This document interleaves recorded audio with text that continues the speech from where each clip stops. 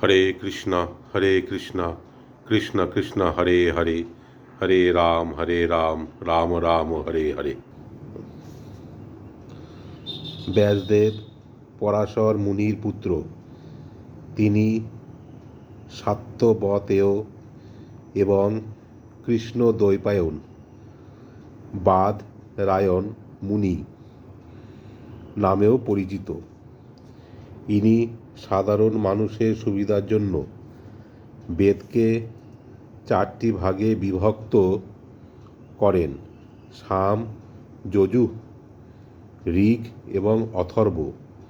তিনি 18টি পুরাণ, ব্রহ্মসূত্র এবং তাঁর স্বাভাবিক ভাষ্য শ্রীমদ্ ভাগবত রচনা করেন। তিনি ছিলেন ব্রহ্ম সম্প্রদায়ভুক্ত এবং নারদ মুনির শিষ্য।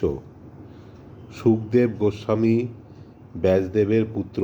তিনি ছিলেন আকুমার ব্রহ্মচারী এবং ব্রহ্মজ্ঞ, কিন্তু পরে তিনি শ্রীকৃষ্ণের এক মহান ভক্তে পরিণত হন। তিনি মহারাজ পরীক্ষিতের কাছে শ্রীমদ্ ভাগবত বর্ণনা করেন। বাহিরে ফুকারে লোক দর্শন না পাইয়া কৃষ্ণ কহ বলেন প্রভু বাহিরে আসিয়া। শ্রীচৈতন্য মহাপ্রভুর দর্শন না পেয়ে লোকেরা বাইরে প্রবল কলরব করতেন এবং তখন শ্রীচৈতন্য মহাপ্রভু বাইরে এসে তাদের বলতেন, কৃষ্ণ নাম কীর্তন করো। প্রভুর দর্শনে সব লোক প্রেমে ভাসে। এই মতো যায় প্রভুর রাত্রি দিবসে। শ্রী চৈতন্য মহাপ্রভুকে দর্শন করে সমস্ত লোকেরা কৃষ্ণ প্রেমে মগ্ন হতেন। এইভাবে মহাপ্রভু রাত্রি এবং দিন অতিবাহিত হতো। একদিন লোক আসি প্রভুরে নিবেদিল, গোপীনাথেরে বড় জানা চাঙ্গে চড়াইল। একদিন লোকেরা এসে শ্রী চৈতন্য মহাপ্রভুকে বললেন যে ভবানন্দ রায়ের পুত্র গোপীনাথ পট্টনায়ককে রাজার জ্যেষ্ঠ পুত্র বড় জানা চাঙ্গে চড়িয়েছে। চাঙ্গ হল দণ্ডনীয় ব্যক্তিকে হত্যা করার এক ধরনের কৌশল। এটি একটি উচ্চ মঞ্চ বিশেষ যার উপর অপরাধীকে দাঁড় করানো হয়। মঞ্চের নিচে খাড়াভাবে অনর, খড়গ সকল রক্ষিত থাকে। মঞ্চের উপর থেকে দণ্ডনীয় ব্যক্তিকে খড়গের উপর ফেলে দিয়ে তার প্রাণনাশ করা হয়। কোনো কারণে গোপীনাথ পট্টনায়ককে মৃত্যুদণ্ডের বিধান দেওয়া হয়েছিল এবং তাই তাঁকে চাঙ্গের উপরে উঠানো হয়েছিল।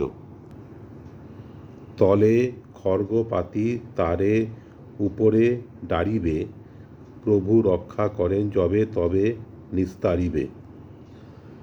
চাঙ্গের নিচে খড়গ পাতা হয়েছে এবং উপর থেকে গোপীনাথকে তার উপর ছুঁড়ে ফেলা হবে। শ্রীচৈতন্য মহাপ্রভু যদি তাকে রক্ষা করেন তাহলেই কেবল রক্ষা পেতে পারে।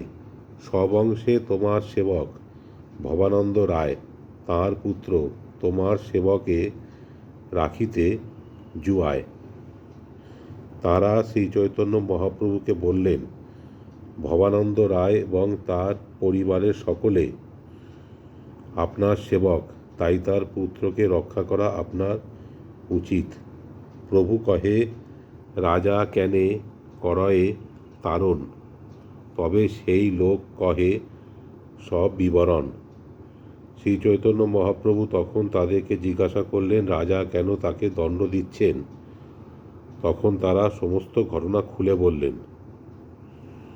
গোপীনাথ পট্টনায়ক রামানন্দ ভাই সর্বকাল হয় তেহ রাজবিষয়ী। তারা বললেন, রামানন্দ রায়ের ভাই গোপীনাথ পট্টনায়ক দীর্ঘকাল রাজার সম্পত্তি রক্ষকের কাজ করত।